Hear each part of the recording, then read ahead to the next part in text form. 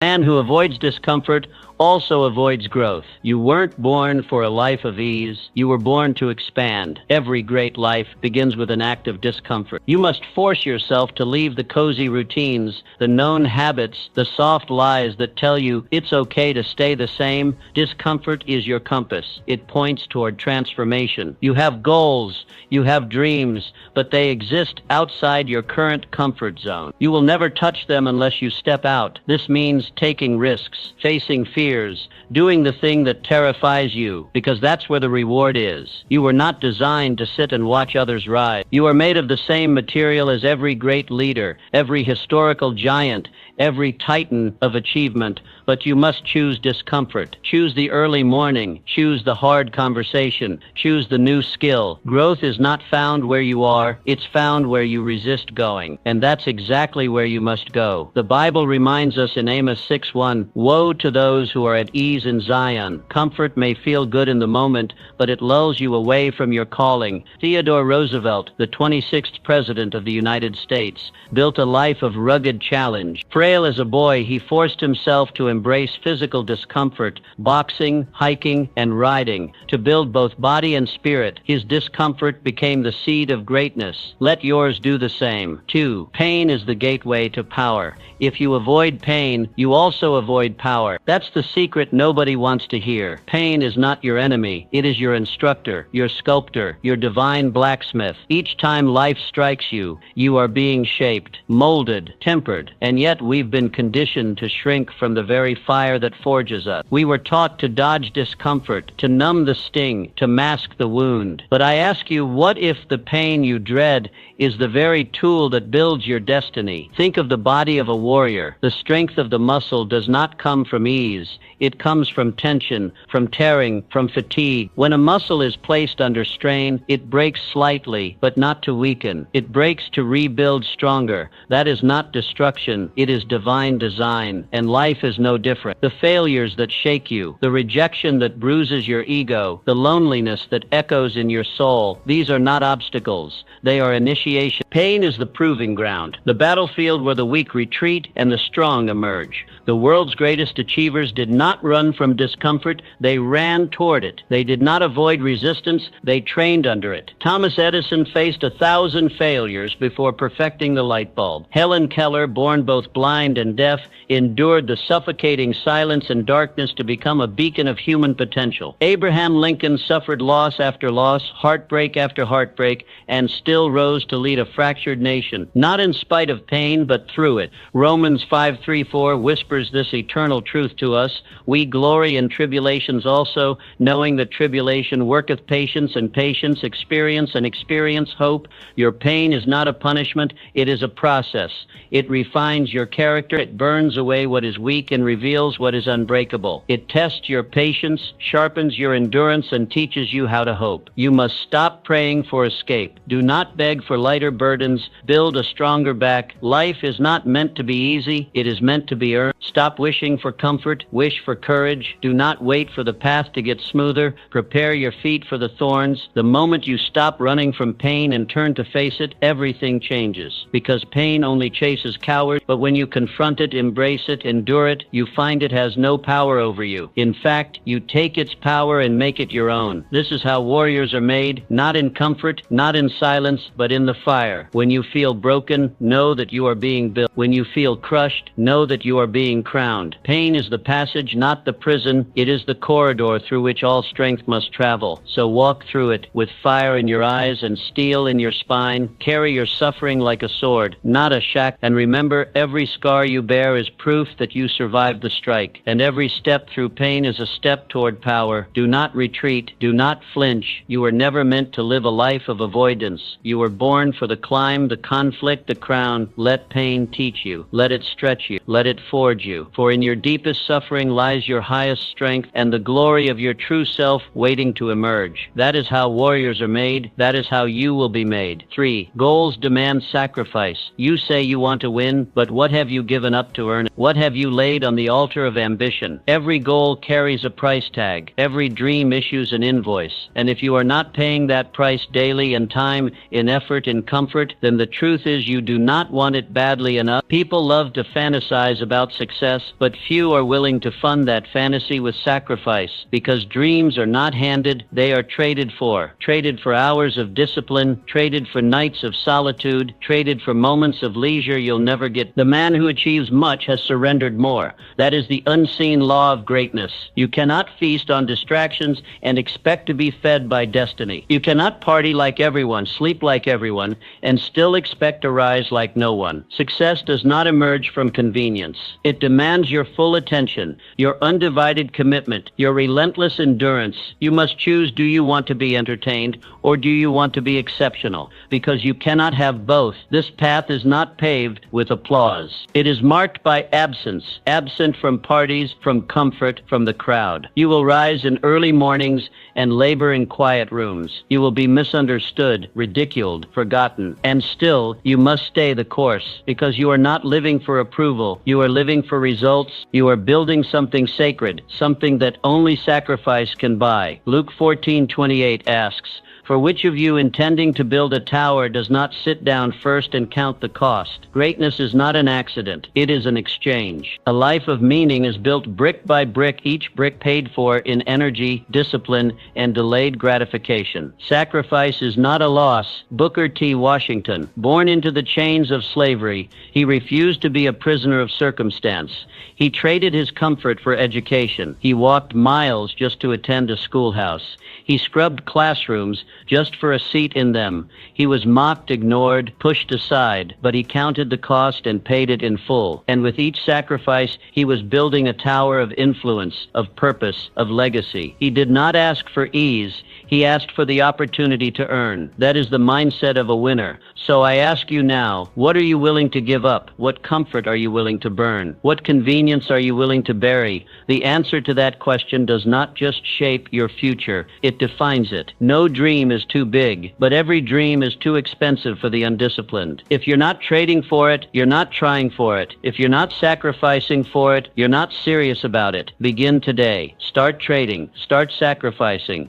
Start rising. Let others waste time. You must invest it. Let others chase pleasure. You must pursue purpose. Let others sleep. You must build. Let them laugh now if they must. Your results will speak later. You were not born to blend in. You were born to break through, and every breakthrough is paid for in advance by the one who dares to give up what others cling to. So let go. Give it up. Pay the price. That is how towers are built. That is how legacies are born. That is how you win. 4. Fear is an illusion. Fear is not real. It is a projection, a shadow cast by the unknown. It is not a presence. It is an illusion, a phantom of what might go wrong, not what is wrong. And yet this illusion holds more people hostage than failure ever will. Fear has aborted more dreams than poverty. It has destroyed more potential than rejection. It has crushed more destinies than criticism. Why? Because people believe the lie. They believe that fear is a wall, when in truth it is a doorway.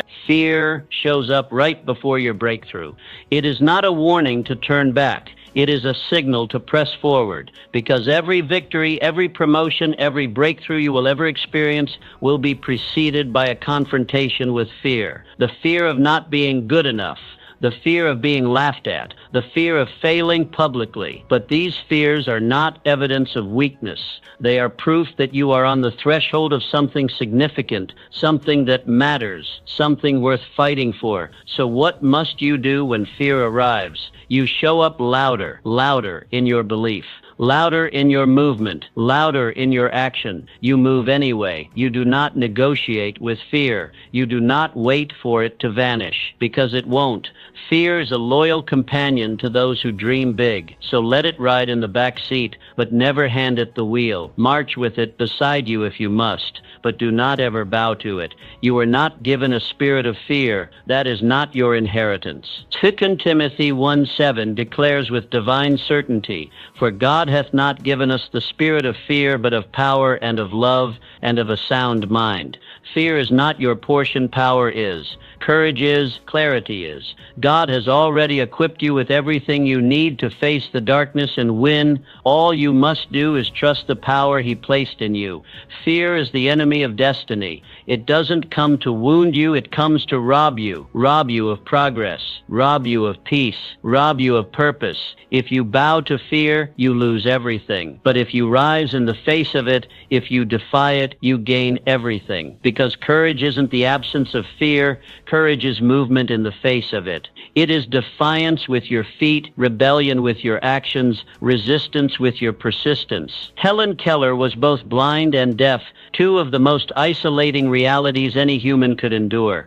Fear would have been natural, acceptable even, but she chose boldness. She chose knowledge. She chose the hard, narrow path of growth. Through faith and determination, she became a world voice for the disabled, a symbol of unbreakable will. She proved once and for all that fear may knock on your door, but it does not have to own the house. Your fear is a compass, not a cage. Let it point you toward the very thing you must conquer. Let it show you where your courage is most required. Do not fight fear with logic. Fight it with faith. Fight it with motion. Fight it with decision. Stand on the edge of the unknown and take the step anyway. That is where champions are born. That is where destinies are made. So the next time fear whispers, "You can't," you roar back, "Watch me," because fear loses to faith every single time. 5. Self-belief is your launch pad. No one will believe in you until you believe in yourself. And that's not arrogance, it's alignment. The first person who must endorse your vision is the one staring back at you in the mirror. Before the world can support you, applaud you, follow you, or fund you, you must decide that you are worthy of that support. You must align your thoughts, your speech, your actions with the future you claim to desire, because belief is the first builder of all success. Proverbs 12:1 speaks with striking clarity, "Whoever loves discipline loves knowledge, but he who hates reproof is stupid." The Bible doesn't soften the truth, it strikes with it. Discipline is not only wisdom, it is the gateway to wisdom. A lack of it leads not just to failure, but to stagnation. When you learn to love structure, to embrace correction, to find purpose in repetition, you walk into strength. True discipline is not a punishment for failure. It is the preventative medicine that keeps you strong enough to keep rising. George Washington Carver, born into slavery, raised in hardship, but never once did he let his past define his ceiling. He rose not because of miracles, but because of methods. He maintained rigorous personal routines, woke early, studied scripture, honored his work. Day after day, he chose structure over sloth, purpose over pleasure. Through this, he became a world-renowned agricultural scientist. His disciplined life became the soil from which invention, education, and elevation grew. His life was not altered by a moment of brilliance. It was built by the discipline of daily effort. What you need is discipline. You need the commitment to show up, the courage to keep building, the mindset to trust the slow grind of excellence. Discipline doesn't shout, it sustains. It doesn't dazzle, it delivers. And it is this steady, focused fire that builds empires, restores families, writes legacies. Let others chase excitement. Let them live for the weekend. You are here to build a life, and discipline is the tool that makes it possible. Envy is a distraction. Envy is subtle, dangerous, and corrosive. It doesn't shout, it whispers. It doesn't challenge your strength, it drains it. It creeps in silently and convinces you that someone else's success somehow diminishes your worth, that if they're winning, you must be losing, that their spotlight means your shadow. But the truth is, envy is never about them. It's always about you, about the distance between where you are and where you think you should be. It's a symptom of disconnection from your purpose, your path, your power. You must train your mind to celebrate what you once resented. When you see someone rise, rejoice. When someone wins, learn. Let success sharpen your vision, not sour your spirit. Your breakthrough begins when you stop comparing and start preparing. When you no longer compete, but complete your assignment. Galatians 6:4 gives us divine clarity. Each one should test their own actions.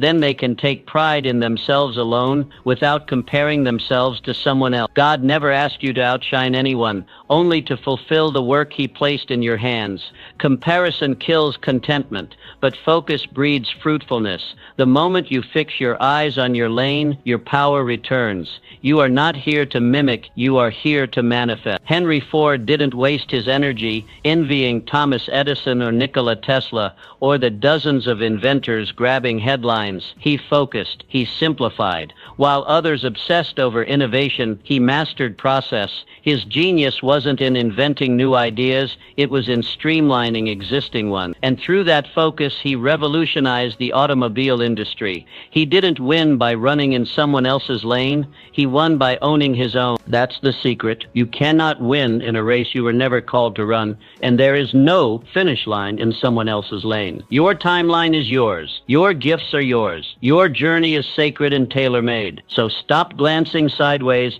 Every time you do, you lose seconds, steps, and strength. Turn your gaze inward. Work your assignment. Build your vision. Sharpen your tools. Because the moment you stop competing, everything changes. Peace returns. Joy expands. Momentum multiplies. When you no longer crave their life, you unlock the fullness of your own. Envy is a thief dressed in subtlety. Don't let it rob you. Kill it with celebration. Starve it with gratitude. Drown it with focus. And remind yourself daily, their win is not your loss. It's just confirmation that victory is possible. And when it's your time, your victory will be just as real, just as earned, just as divinely appointed. Focus. Finish. Flourish. 8. Proximity shapes your potential. You become like the people you spend the most time with. Their words echo in your thoughts. Their habits creep into your routines. Their standards shape your expectations. This is not opinion. It is law. Proximity is power. But like all power, it comes with a choice. It can either empower you or it can enslave you.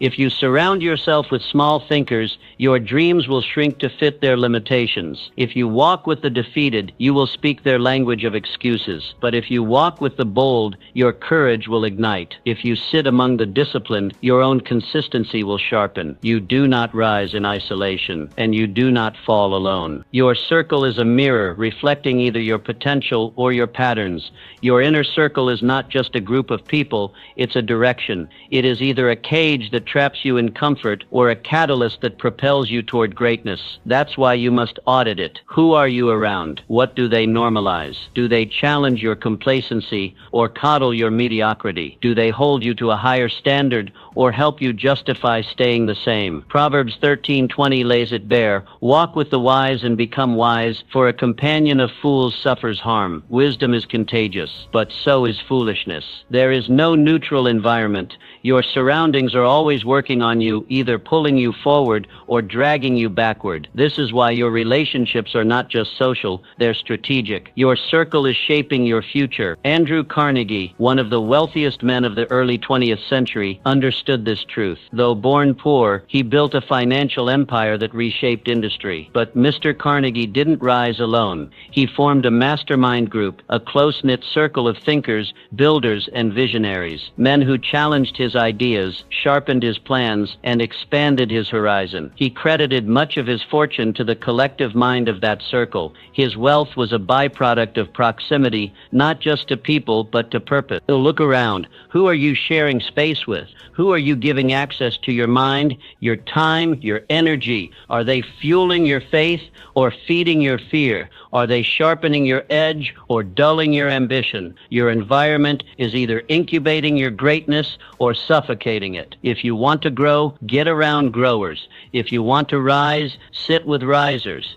If you want to lead, walk with leaders. Iron sharpens iron, not wood, not water, not comfort. So find the iron in your life. Seek those who make you uncomfortable in the best way, who don't let you settle, who call you higher, who won't applaud your stagnation. You don't need more time, you need better alignment. Your destiny is not locked in the future, it's hidden in your friendships. Choose them with sacred intention. Protect your proximity like treasure, because in the end, you don't just reflect your circle, you become it. And if you want to change your life, start by changing your company. The future you seek is already walking. Find it and walk with it. Not consistency beats talent. Raw talent is common, Every street, every school, every corner of the world has someone gifted, but talent alone is not the separator. The rarest and most valuable currency in the world is consistency. Everyone wants to be excellent, but few are willing to be consistent. Talent gives you moments.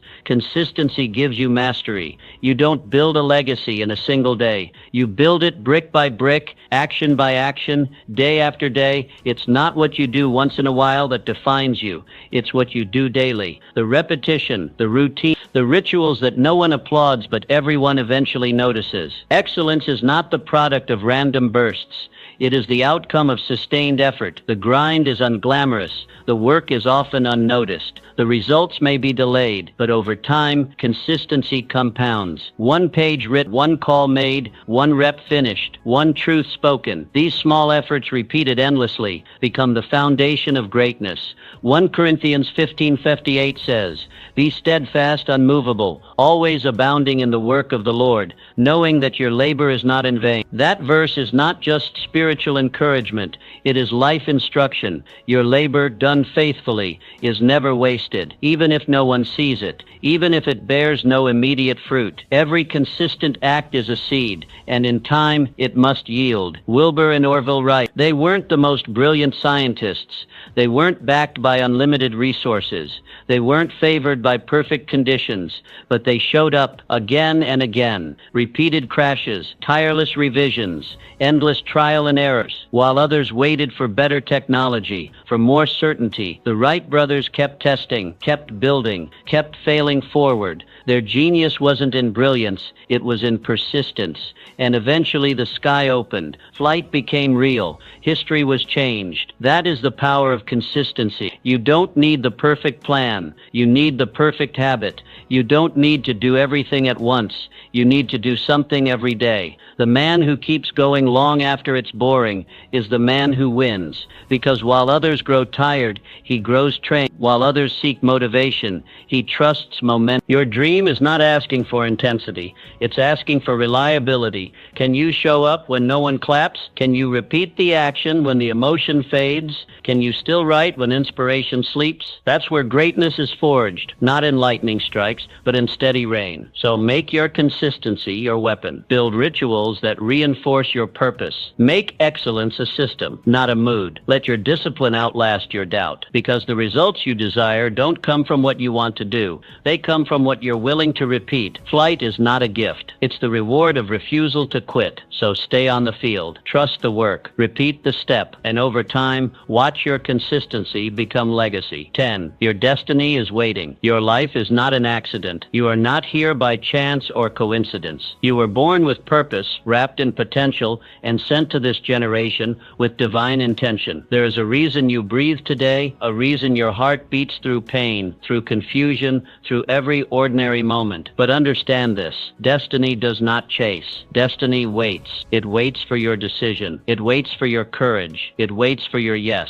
Every excuse you make, every delay you tolerate, every moment you shrink back from purpose is another day lost. Your potential is not a guarantee. It is an invitation to rise, to build, to answer the silent call inside your spirit that says, there is more. Your gifts were not given to be buried beneath fear, distraction, or doubt. They were given to build something eternal, to plant seeds in the ground of this world that only you were designed to sow. The door of destiny does not open with casual interest. It opens to the man who knocks with fire in his chest, with unwavering intention, with the willingness to walk into discomfort, challenge, and uncertainty, because he knows the cost of disobedience is greater than the cost of difficulty. There is no shortcut to destiny. There is only a decision to step into it. Jeremiah 29:11 declares, "For I know the plans I have for you, plans to prosper you and not to harm you, plans to give you hope and a future." This is divine truth. God has a plan for your life, but He will not force you to walk it. He will invite you, but the steps must be yours. The journey must be yours. Heaven provides the blueprint, but you must build the life. Look at Florence Nightingale, born into wealth, surrounded by privilege, expected to marry, to host, to entertain. But she refused because she heard a calling deeper than comfort, a voice louder than tradition. She left the ballroom for the battlefield. She walked into war zones, not for glory, but for healing. Not because it was easy, but because it was hers. Her path was carved not by circumstance, but by choice. She redefined medicine and reshaped history. Her destiny was not revealed in ease, it was revealed in obedience. You have a nightingale moment, too. A sacred assignment, a unique calling, a path only you can walk. It may not look grand, it may not look impressive, but it will be yours. It will whisper to you in quiet moments. It will tug at you when you try to ignore it. And one day, it will demand an answer. The question is not if you were made for more. The question is, will you rise to meet it? Do not let destiny wait in vain. Do not spend your life rehearsing reasons when you were born to release results. Say yes, step forward, decide, because destiny is not random. It is relentless, and it is waiting for you. 11. Chaos reveals character. Everyone looks like a leader in the light when everything is going according to plan. When applause is abundant and progress is visible, leadership seems easy. But storms don't reveal your potential.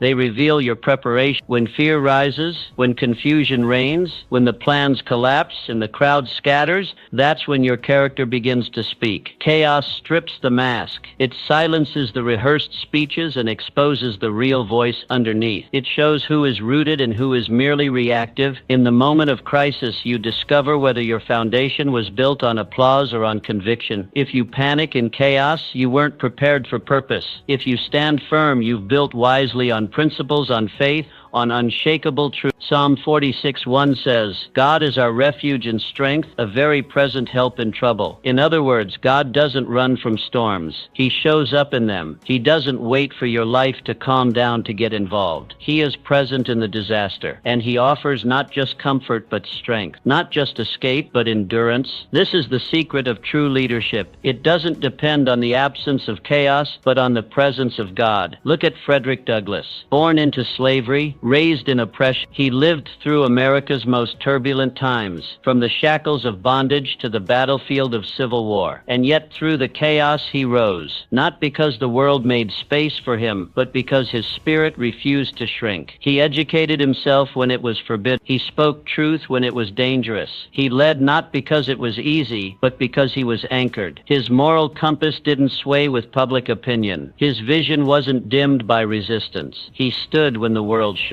And now, so must you. In moments of chaos, anchor deep. Return to truth. Don't react, respond. Don't shout, stand. Speak peace. Act wisely. And let your presence become a refuge for others. Because storms don't last forever. But the way you lead through them will echo long after the skies clear. Leadership is not about avoiding the fire. It's about stepping into it with clarity in your eyes and conviction in your voice. It's about choosing courage when fear is easier. It's about staying rooted when everything around you is shifting. The storm is not the enemy, it is the foe. The place where resilience is molded, where wisdom is tested, and where true leaders are born. So do not run from the storm. Step into it. Let it refine your voice, your values, your vision. Trust that you are not alone in the chaos, you are strengthened in it. Lean into the God who is present. Let him be your anchor, your courage, your guide. Because in the end, people will not remember how you led in the light. They will remember how you stood in the storm.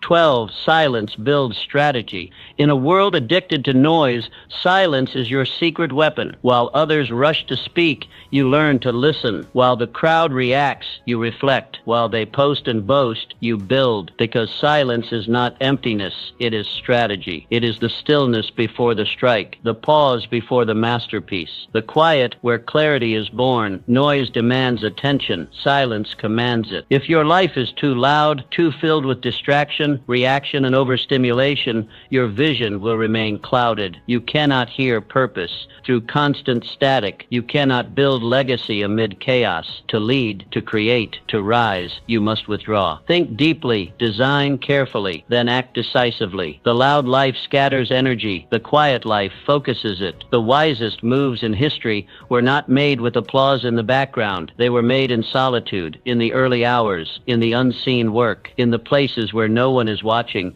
but everything is taking shape. Planning is power, and it does not require a platform, only a pen and a mind at peace. Lamentations 3:26 says, "It is good that a man should both hope and quietly wait for the salvation of the Lord." Quietness is not weakness, it is strength under control. It is the calm within the storm, the stillness within the decision. In silence, you hear what the noise drowns out: divine direction, spiritual guidance, clear strategy, and it is often in this quiet posture that your greatest strength is formed. Nikola Tesla, one of the greatest inventors the world has ever known, worked not in crowds but in solitude. He was obsessed, focused, silent. He retreated from the noise of society to create the future. From his silence came revolutions, electricity, radio waves, wireless communication. Not because he was loud, but because he was aligned. Silence gave him space to explore what noise would have suffocated. Don't confuse motion with progress, and don't mistake volume for value. Some of the most frantic people are achieving the least, and some of the quietest are shaping the world. Your power is not in how loudly you move, but in how deliberately you act. The greatest empires weren't built in chaos. They were built in planning, in strategy, in moments of quiet execution that no one clapped for until the results spoke louder than any speech. So embrace silence, use it, protect it. In a culture obsessed with broadcasting every move, choose to master the pause. Think before you speak, plan before you act, build before you brag, and when your time comes, let your results make the noise. Silence is not hiding, it is sharpening. It is not withdrawal, it is warfare. Because when you step out of the quiet, you do so with clarity, with conviction, with command. That is the kind of strength that moves mountains, not through shouting, but through strategy. The world doesn't need more noise. It needs more depth, more clarity, more vision. And those things are only found in silence. So build your empire there, in the quiet, and let the echo of your work speak when the world is finally ready to listen. 13. Identity drives outcome. You will never rise above how you see yourself.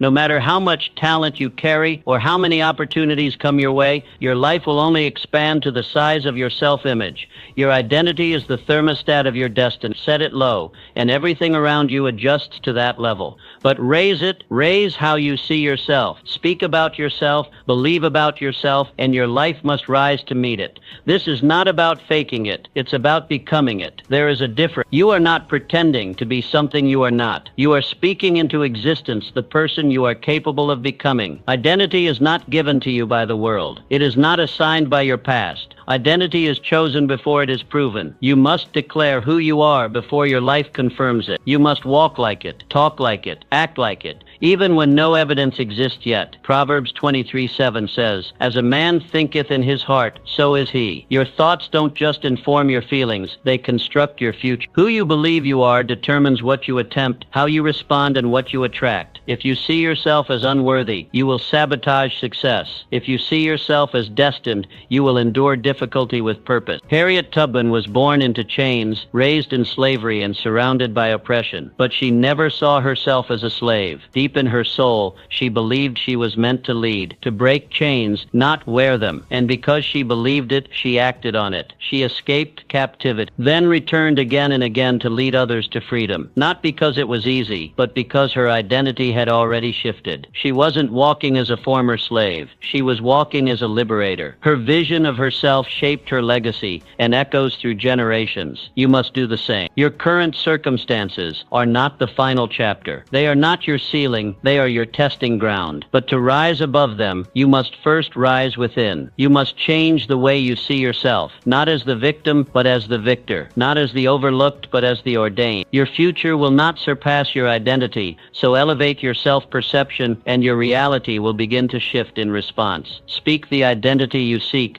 until it becomes your second nature. Say it aloud. Write it down. Repeat it until doubt disappears. You are not weak. You are becoming strong. You are not lost. You are being guided. You are not too late. You are right on time for your purpose. Destiny is drawn to those who walk in alignment with who they are called to be. So start walking. Start declaring. Start believing. Raise the thermostat, and your environment environment will follow. Because once you own your identity, you unlock your destiny, and everything begins to change from there. 14. Purpose kills procrastination. Purpose is the antidote to delay. When your actions are aligned with your inner calling, excuses vanish. You no longer need to be convinced to move.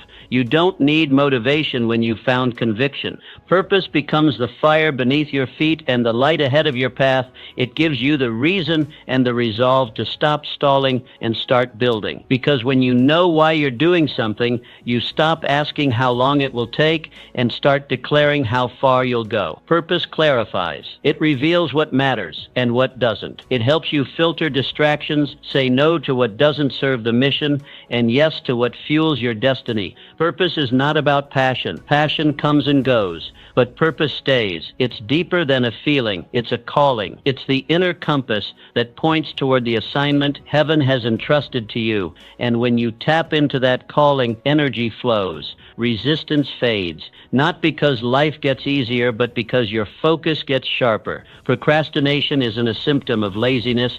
It's a signal. It tells you something is off. You're not aligned. You're not clear. You're moving out of duty, not out of destiny. But when you realign, when your soul catches up to your schedule, momentum builds. You don't have to drag yourself out of bed. Your vision pulls you. The weight lifts, the fog clears, and every step becomes sacred. Not easy, but essential. Romans 8:28 reminds us that purpose is divinely supported. All things work together for good to them that love God, to them who are the called according to his purpose. That verse isn't just comforting, it's commissioning. It tells you that if you're aligned with God's purpose, everything, every delay, disappointment, detour is being woven into something greater. Your setbacks are setups. Your waiting is not wasted. Purpose redeems the pause. Look at Clara Barton. She could have chosen a quiet life. She had every reason to stay in comfort, but purpose refused to let her settle. Through war, bloodshed, and disaster, she kept moving, not because she was unafraid, but because her assignment outweighed her adversity. Her legacy, the American Red Cross, was birthed in the heat of chaos. Purpose did that, and purpose won. Let it win in you. Stop waiting for perfect conditions. Stop asking for permission. Stop bargaining with fear. You don't need another sign. You need clarity. And clarity comes when you remember who you are, why you're here, and what's been placed in your hands. The world isn't waiting for another excuse. It's waiting for your execution, your yes, your step. Purpose is not a concept. It's a command. Now is the moment to release what you carry. Now is the moment to build what only you can build. Now is the moment to let purpose win. 15. Boredom is a sign of breakthrough. Boredom isn't the enemy. It's the testing ground of mastery. It's not the moments of excitement that shape you. It's the hours of unseen, uncelebrated repetition. It's the early mornings when no one is watching. The long stretches where nothing seems to change. The silence after effort. That's where legends are forged. Most people misread boredom as a sign to quit, but in truth, it's a sign you're close. The ones who rise above the rest are the ones who refuse to flinch in the face of monotony. When the thrill fades, when progress stalls, when repetition numbs, what you do next defines your future. These aren't the moments to search for a new path. They're the moments to deepen your commitment, to keep showing up, to keep moving forward one dull step at a time. Because every time you endure boredom, you build grit, and grit builds greatness. The journey to mastery is paved with mundane days, days that look the same, days that test your patience more than your potential. But these are the proving grounds. These are the hidden stages where skills are sharpened, foundations are strengthened, and character is carved. No one sees the work in the shadows, but they will see the results in the spotlight. Galatians 6:9 reminds us, "Let us not grow weary in doing good, for at the proper time we will reap a harvest if we do not give up." The promise isn't given to the talented, it's given to the persistent. There's a harvest waiting, but only for those who stay through the dry season, who keep sowing even when it feels pointless. Because God honors faithful labor, especially when no one else does. You must do the same. Don't fear the slow days. Embrace them. Don't resist the repetition. Master it. Every hour you spend in quiet discipline is a seed in the ground.